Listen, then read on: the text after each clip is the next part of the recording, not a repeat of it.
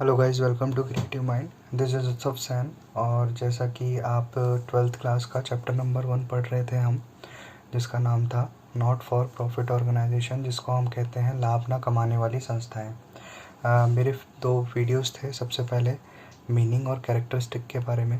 तो अगर आपने ये वीडियो नहीं देखे हैं तो जाके पहले देख लें, क्योंकि आज हम डिस्कस करने वाले हैं फाइनल अकाउंट्स ऑफ एनपीओ के बारे में। यानी ऐसी संस्थाएं, नॉन प्रॉफिट ऑर्गेनाइजेशन कौन से अकाउंट प्रिपेयर करती है। तो ध्यान दीजिएगा, जो भी आपने 11th अकाउंटिंग पढ़ी है वो प्रॉफिट मेकिंग ऑर्गेनाइजेशन के बारे में पढ़ा है। मतलब यहाँ पर अगर हम बात करें नॉन प्रॉफिट ऑर्गेनाइजेशन की, तो वो लिमिटेड अकाउंट मेंटेन करती है। मेनली आपको 3 अकाउंट प्रिपेयर करने होंगे यहाँ पर। सबसे पहला account receipt and payment account, जिसको हम बोलते हैं प्राप्ति एंड भुगतान खाता। दूसरा कहते हैं हम इनकम एंड एक्सपेंडिचर अकाउंट, जिसको हम बोलते हैं आय व्यय खाता। तीसरा आपको बनाना सीखना होगा बैलेंस शीट, जिसको हम बोलते हैं चिट्ठा। अब ये क्वेश्चन बनता है स्टूडेंट्स का कि सर ये क्या बिल्कुल अलग अकाउंट है? नहीं बेटा, जैसे आपने सबसे पहले 11th क्लास में कैश अकाउंट पढ़ रखा है ना, वैसे ही हम कैश बेसिस पे इस बार रिसिप्ट एंड पेमेंट अकाउंट बनाने वाले हैं। इनकम और एक्सपेंडिचर अकाउंट आपका प्रॉफिट एंड लॉस अकाउंट की तरह मिलता जुलता है। हाँ, थोड़ा सा एक्रूअल कंसेप्ट का ध्यान रखना होगा हमें। और बैलेंस शीट बनानी है जो पहले बनाते थे आप, लेकिन फंड बेस्ड होगी। हाँ, ये कॉन्सेप्ट के बारे में मैं पर्टिकुलरली वीडियोस में डिस्कस करता रहूँगा। तो अभी हम सबसे पहला अकाउंट सीखते हैं, रिसिप्ट एंड पेमेंट अकाउंट, जिसको हम बोलते हैं प्राप्ति और भुगतान खाता। सबसे पहले एक छोटा सा मीनिंग देख लेते हैं। रिसिप्ट एंड पेमेंट अकाउंट, जैसे मैंने कहा था, ये जस्ट लाइक क्या होता है, कैश अकाउंट ही होता है। बस profit making organisation cash account बोलती है, ये लोग बोलते हैं receipt and payment account. Meaning, receipt and payment account is a prepared from the cash book after a particular period. मतलब ये कैश बुक के बाद एक पीरियड के लिए बनाया जाता है, कैश बुक बनाने के बाद। ठीक है।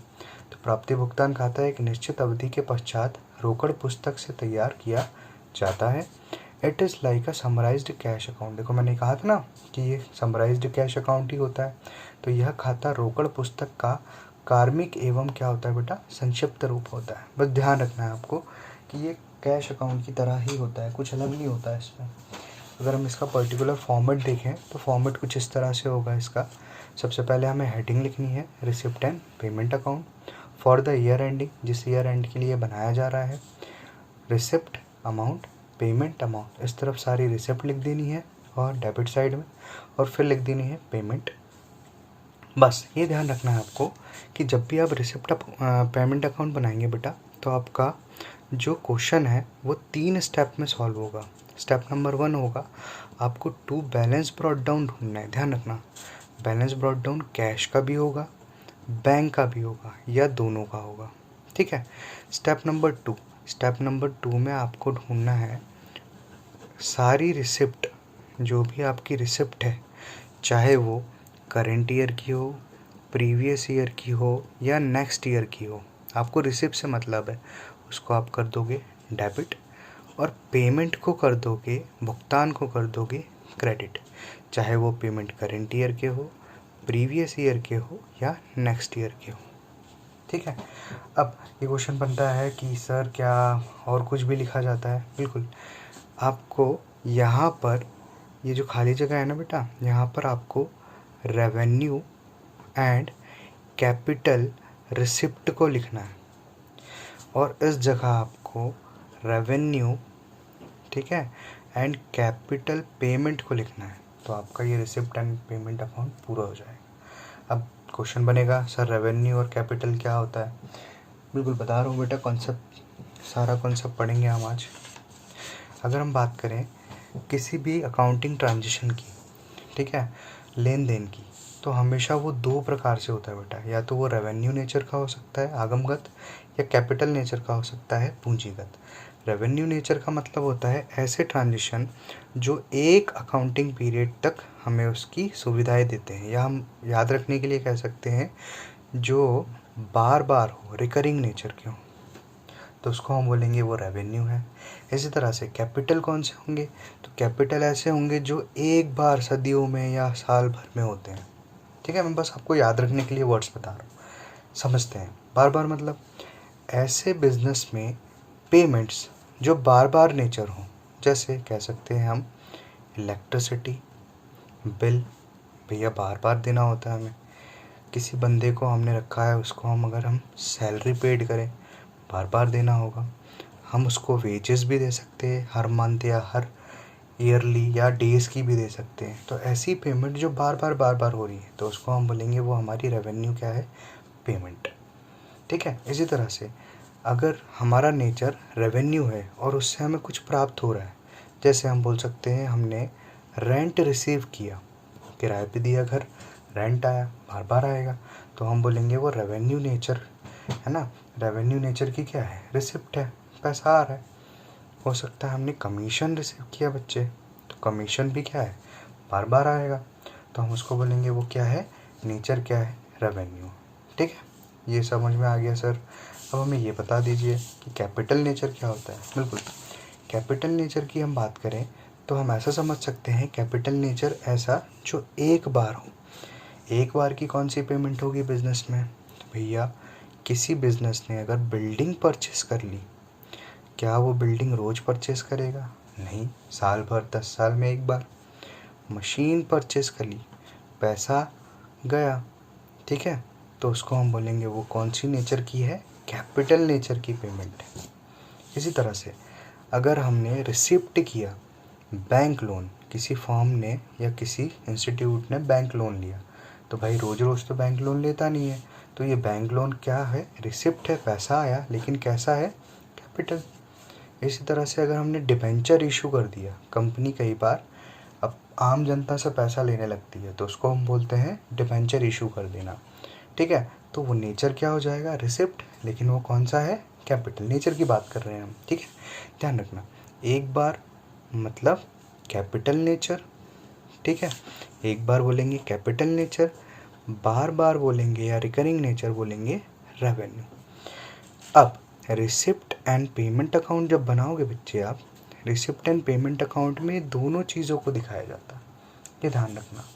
सर कैसे, प्रूफ दे दो आप, बिल्कुल प्रूफ दे देता हूँ, आप ये कर चुके हो पहले। देखो, जैसे हम बात करें कि अभी मैंने बताया आप लोगों को कि cash account is just like a receipt payment account होता है। ठीक है, ध्यान दो, अगर हम कैश अकाउंट किसी चीज़, किसी फॉर्म का बना रहे होते, कुछ ऐसा बनता था, आपको याद होगा, ये डेबिट साइड होगी, ये क्रेडिट साइड होगा। ठीक है, तो एक एंट्री ले लेते हैं, जैसे मैंने कहा मैंने सैलरी पेड करी, एंट्री करोगे सैलरी अकाउंट डेबिट टू क्या, कैश अकाउंट, पक्का ना। इसकी पोस्टिंग करोगे सैलरी में टू कैश, कैश में बाय सैलरी। मैंने लिख दिया भाई बाय सैलरीज का अमाउंट कुछ भी सपोज कर सकते हैं। मान लो हमने मशीन परचेस करी, एंट्री लिखोगे मशीन अकाउंट डेबिट टू क्या, कैश अकाउंट, मशीन में टू कैश, कैश में बाय मशीन, यहाँ लिख दोगे क्या, मशीन। अब ध्यान दो बच्चे, आपने यही तो करा यहाँ पर, ये आपने रेवेन्यू की चीज़ें उठा के लिख दी और ये आपने काय की चीज़ें उठा के लिख दी, कैपिटल की। रेवेन्यू भी लिख दिया, कैपिटल भी लिख दिया। तो वही मैं बताने की कोशिश कर रहा हूँ कि जब भी आगे से आप ध्यान रखना, अगर आप अकाउंट बनाओगे, ये फाइनल अकाउंट ऑफ एनपीओ बनाओगे, तो रिसिप्ट एंड पेमेंट अकाउंट में रेवेन्यू और कैपिटल दोनों नेचर की चीज़ों को लिखा जाएगा।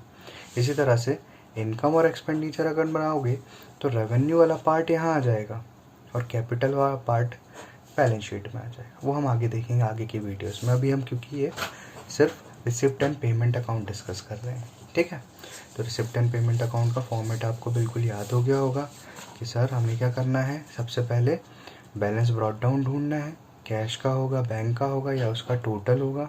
इसी तरह से आपको सारे रेवेन्यू और कैपिटल की रिसिप्ट को डेबिट कर देना है ना, और उसके साथ साथ सारे रेवेन्यू और कैपिटल नेचर के पेमेंट को क्या कर देना है, क्रेडिट कर देना है। और बाद में बाय बैलेंस कैरिड डाउन निकालना है कैश का और बैंक का। अगर स्टार्टिंग कैश और बैंक होगा तो एंड भी हमें कैश और बैंक पे करना है और अकाउंट हो जाएगा पूरी तरह से टैली, ये कैरिड डाउन बैलेंस निकल जाएगा। समझ में आया? ठीक है, अब क्योंकि ये प्रॉफिट मेकिंग ऑर्गेनाइजेशन नहीं है तो इनकी रिसिप्ट और पेमेंट भी थोड़ी सी अलग होगी। तो एक बार देख लेते हैं कुछ एग्जांपल्स। ताकि आपको बनाने में आसानी हो। देखो, रिसिप्ट को डेबिट करना है। कौन कौन सी रिसिप्ट हो सकती हैं जल्दी से देख लेते हैं। डोनेशन, दान मिला इन लोगों को। जर्नल स्पेसिफिक हो सकता है। एंट्रेंस फीस के रूप में इनके पास पैसा आ सकता है। लेगेसीज के बारे में आ सकता है पैसा। मैंने इसको वीडियो में बताया था। लेगेसीज मतलब होता है जब प्रॉपर्टी और काइंड दोनों जायदाद वगैरह आ जाती है। सेल ऑफ इन्वेस्टमेंट पैसा आएगा। सेल ऑफ फिक्स्ड एसेट पैसा आएगा। सब्सक्रिप्शन फ्रॉम मेंबर्स पैसा आएगा। ये बहुत इंपॉर्टेंट है, नेक्स्ट वीडियो में बताऊंगा क्या है ये। लाइफ मेंबरशिप फीस से भी पैसा आएगा। सेल ऑफ ओल्ड न्यूज़पेपर पैसा आएगा। Sale of old sports material पैसा आएगा। इंटरेस्ट फिक्स्ड डिपॉजिट से मिला पैसा आना है। इंटरेस्ट डिविडेंड इन्वेस्टमेंट से पैसा आना है। प्रोसीड फ्रॉम चैरिटी शो से पैसा आ सकता है, चैरिटी शो करवा दिया। सेल ऑफ स्क्रैप से पैसा आ सकता है। ग्रांट मिला, इंटरेस्ट रिसीव करा, या मिसेलेनियस रिसिप्ट। तो आपको ये सारी रिसिप्ट को क्या कर देना है, डेबिट। ठीक है, इसी तरह से सारे जो पेमेंट है उसको आप क्या कर दोगे बेटा, क्रेडिट। कौन कौन सी पेमेंट हो सकती है देखिए, परचेज ऑफ फिक्स एसेट हो सकता है, पैसा गया। परचेज ऑफ स्पोर्ट्स मटेरियल पैसा गया। इन्वेस्टमेंट हुआ, गया। प्रिंटिंग एंड स्टेशनरी से पैसा जा सकता है। पोस्टेज एंड कुरियर से भी जा सकता है। एडवर्टीजमेंट से भी पैसा जा सकता है। वेजेस एंड सैलरी से, ऑनरेरियम से भी आ सकता है। ऑनरेरियम के बारे में आगे डिस्कस करेंगे हम। टेलीफोन चार्जेस क्या हो जा सकता है पैसा। इलेक्ट्रिसिटी से, रिपेयर एंड रिन्यूएबल से जा सकता है। ठीक है, अनकैप प्लेग्राउंड से जा सकता है। कन्वीनियंस चार्जेस से, subscription, audit fees, entertainment expenses, ऐसे सारे एक्सपेंसेस होंगे। अगर पेमेंट होंगे तो आप उसको क्या कर दोगे, क्रेडिट कर दोगे। ठीक है, तो आपने सारी रिसिप्ट भी पढ़ चुकी है, सारी पेमेंट भी पढ़ चुकी है। शायद अब रिसिप्ट एंड पेमेंट अकाउंट बना सकते हो। रिसिप्ट एंड पेमेंट अकाउंट के क्वेश्चंस करिए। डाउट है कमेंट करिए। वीडियो समझ में आया, मज़ा आया तो आप लाइक करें, शेयर करें। अगले वीडियो में हम सब्सक्रिप्शन अकाउंट पढ़ेंगे। तो मिलते हैं अगले वीडियो में, तब तक के लिए bye bye and take care.